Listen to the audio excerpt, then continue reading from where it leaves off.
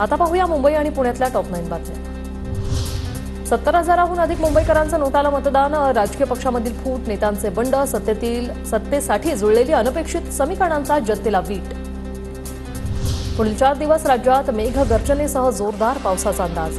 मुंबई, पुण्यासह पश्चिम महाराष्ट्रातील अनेक जिल्ह्यांना येलो अलर्ट। उत्तर मुंबईतील काही भागात सकाळी पावसाची हजेरी, बोरिवली, कांदिवली, मालाड, गोरेगाव परिसरात पावसाची हजेरी।